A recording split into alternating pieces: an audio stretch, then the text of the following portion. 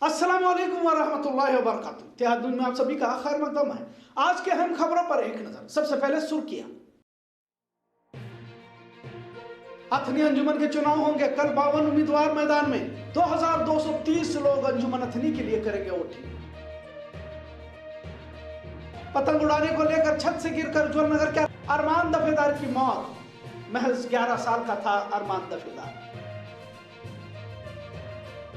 ATM card चुराकर रुपए लूटने वाले मुजरिम को किया चिक्कोड़ी पुलिस ने गिरफ्तार। एक नहीं दो नहीं 51 एटीएम कार्ड किए बरामद।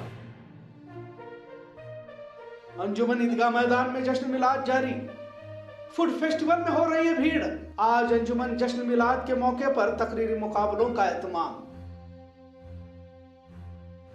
और आखिर में बामसेद की जानिब से आरएसएस दफ्तर का घेराव। खबरें तफसील में। आज जहां दुनिया भर में जश्न मिलाद मनाया जा रहा है, वहीं मुस्लिम माशरा कैसे नबी की तालीमात से दूर हो रहा है, इसको भी शिद्दत से महसूस करते देखा जा रहा है।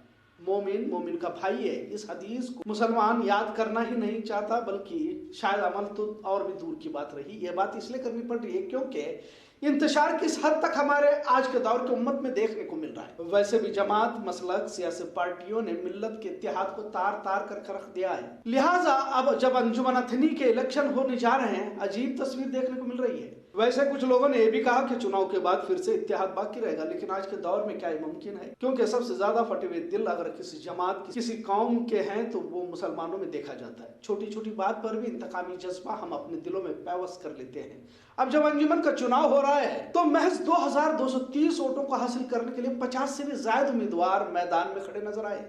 3 मौलाना भी मैदान में होने की इत्तला हासिल हुई। भले इसे कुछ लोग ज्यादा अहमियत न देते हो, लेकिन उम्मत में इंतशार के लिए इस तरह बड़ी तादाद में उम्मीदवार खड़ा होना बहुत नुकसानदेह हो सकता है।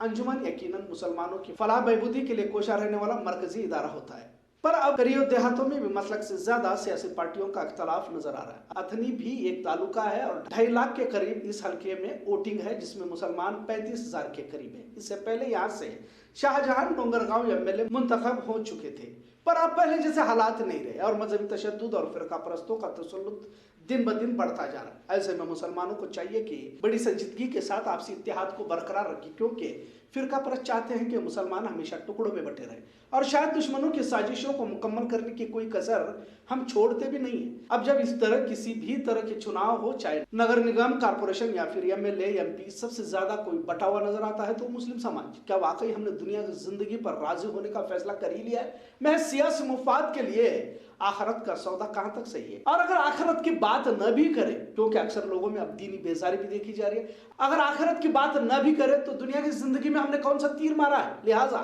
कल जब चुनाव हो रहे हैं तो अथनी की आवाम से और खासकर नौजवानों से गुजारिश है कि वसी नजरिया रखते हुए इंतकामी जज्बे से किसी को अच्छा बुरा ना कहे, क्योंकि चुनाव हो जाते हैं, कोई जीत जाता है तो कोई हार जाता है, पर चुनाव कोई तुम्हारे आने वाली जिंदगी या फिर आखिरत के फैसले नहीं करता। सभी को अपना भाई समझकर बिल्कुल दुनियाई मरहला समझते हुए उसे दूसरे दिन ही भुला दिया जाए।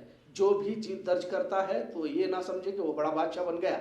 अंजुमन मिल्लत का मरकजी इदारा है और इसका भी जवाब तुम्हें देना है, वरना उमूमन देखा यह जाता है कि इलेक्शन के बाद दिलों में खलीशें बाकी रहती है। अथनी आरएसएस और फिरका परस्तों का गढ़ कहा जाता है। यहाँ मुसलमानों पर भी नजरें हैं, महाराष्ट्र से सरगर्मियां जारी रहती हैं। आपसे इख्तलाफात ने वैसे भी इस कौम को कमजोर कर दिया। यहाँ मसलक के इख्तलाफात नहीं है, लेकिन तबलीगी जमात के दिल्ली बेंगलोर का इख्तलाफ तो है ही। नबियों वाले काम का दावा करने वाले भी किस हद तक इंतशार को फरोग देते हैं, इसे भी हमने देखा है। खैर, अंजुमन चुनाव को लेकर जो भी इख्तलाफात का जहर मिल्लत में पैवस करना चाहता है, नौजवान तबके को चाहिए कि किसी तरह इस नफरत की आंधी को और हवा न दिया जाए। बहुत नाजुक दौर से मुसलमान गुजर रहा है। अंजुमन मिल्लत का इदारा है और इसे अपनी जाती मिल्कियत समझना गोया हिमाकत होगी। लिहाजा किसी तरह के इख्तलाफ को बढ़ावा न देते हुए, चुनाव को ज्यादा अहमियत न देते हुए उम्मत में जोड़ का जरिया बने। फराज का शेर एक बार फिर अर्ज करना चाहूंगा कि आज मैं जद पे हूं, तुम खुशगुमान न होना। चराग सबके बुझेंगे, हवा किसी की न होगी। स्कूलों की छुट्टियां जारी और बच्चों को एक तरह से खेलने कूदने का मौका भी होता है। वैसे भी ईद मिलाद की तैयारियां जारी है, लेकिन कई स्कूली बच्चे घरों की छतों से पतंग उड़ाने में मसरूफ नजर आ रहे हैं। अरमान दफेदार उम्र महज 11 साल भी पतंग उड़ाने के लिए अपने भाई के साथ घर की छत पे चला गया। दूसरा क्रॉस उजलनगर तिरंगा कॉलोनी का अरमान दफेदार अपने रिश्तेदारों के यहाँ अशोकनगर आया हुआ था, लिहाजा पतंग उड़ाते वक्त छत से पांव फिसल कर गिर गया। फौरन अरमान को अस्पताल लाया गया, लेकिन शदीद जख्मी होने की बिना पर अरमान दफेदार की मौत हो गई। वालिद बशीर दफेदार का अरमान तीसरा फर्जंद था। अरमान की अचानक मौत से इनके घर वालों को शदीद सदमा पहुंचा है।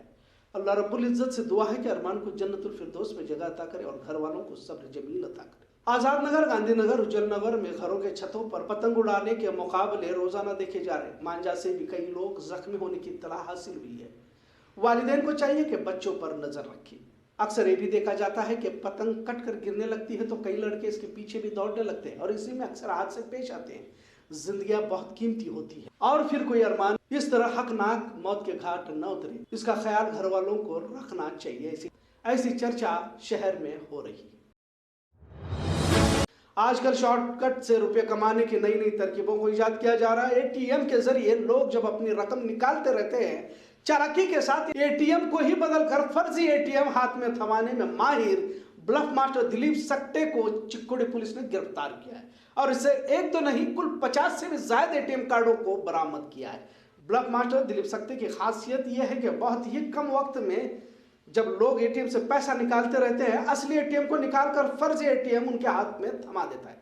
दिलीप सक्टे कोल्हापुर के हाथ कनंगले से है, पर इसने अपने तमाम खिदमात बेलगाम जिले में ही अंजाम दिए हैं। चिक्कोड़ी पुलिस के मुताबिक निप्पानी, चिक्कोड़ी, रायबाग, अथनी, गोकाक, बेलगाम के साथ बीजापुर, बागलकोट में भी अपने कारनामों को अंजाम दिया है। दिलीप सक्टे चिक्कोड़ी पुलिस की हिरासत में है, तफ्तीश जारी है। जश्न मिलादुन नबी के मौके पर 10 दिन मुख्तलिफ प्रोग्रामों का एहतमाम अंजुमन बेलगाम की जानिब से किया जा रहा है। इससे पहले किरात मुकाबले, नातिया मुकाबले और आज तकरीरी मुकाबलों का एहतमाम किया गया था। पहली मरतबा 10 दिन फूड फेस्टिवल भी रखा गया है, जहां पर भीड़ देखने को मिल रही है।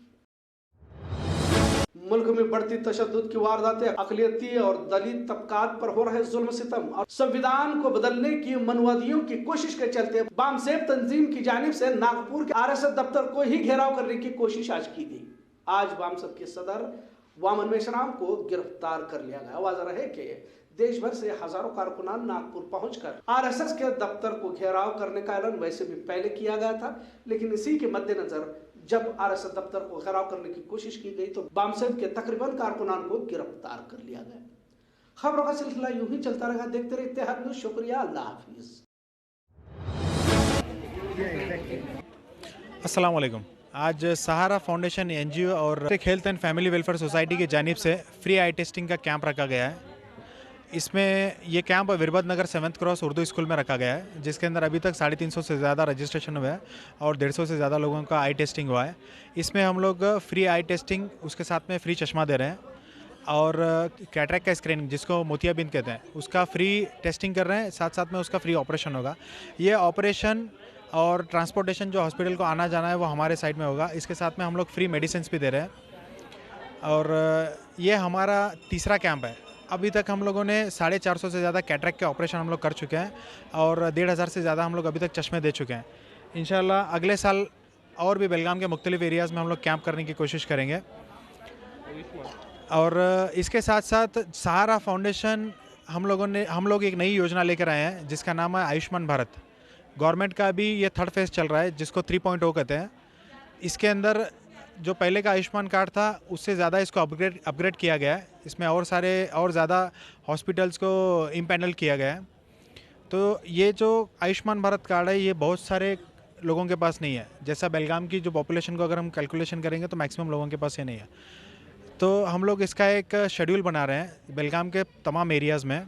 उधर आके हम लोग कार्ड बनाएंगे। इसका रिक्वायरमेंट रहेगा बीपीएल कार्ड और आधार कार्ड। अगर एपीएल कार्ड है तो इसके अंदर 30% डिस्काउंट रहेगा प्राइवेट हॉस्पिटल्स में, और ये कार्ड जो है ये प्राइवेट हॉस्पिटल्स में भी चलेगा। ಇವತ್ತು ನಾವು ಸಹಾರಾ ಫೌಂಡೇಶನಿಂದ ಮತ್ತು ಡಿಸ್ಟ್ರಿಕ್ಟ್ ಹೆಲ್ತ್ ವೆಲ್ಫೇರಿಂದ ಕಣ್ಣಿನ ತಪಾಸಣೆ ಮತ್ತು ಚಸ್ಮಾ ಮತ್ತು ಕ್ಯಾಟ್ರಾಕ್ಟ್ ಆಪರೇಷನನ್ನು ಇಲ್ಲಿ ಫ್ರೀಯಾಗಿ ಮಾಡ್ತಾ ಇದ್ದೀವಿ। अस्सलाम वालेकुम वरहमतुल्लाहि वबरकातुहू। मेरा नाम रेशमा भैरकदार है, वार्ड नंबर 13 की कारपोरेटर हूँ मैं। सारा फाउंडेशन से ये कैंप रखा गया है। यहाँ पे आँखों का चेकअप हो रहा है, जिसके आँख खजाते हैं या पानी आँख में से आता है या मोतीबिंज है जो बैकवर्ड क्लास जो फाइनेंशियली वीक सेक्शन है, लोगों के पास पैसा नहीं है दिखाने के लिए, तो यहाँ पे यानी फ्री चेकअप है, आँखों का चश्मा और ऑपरेशन वगैरह सब फ्री है।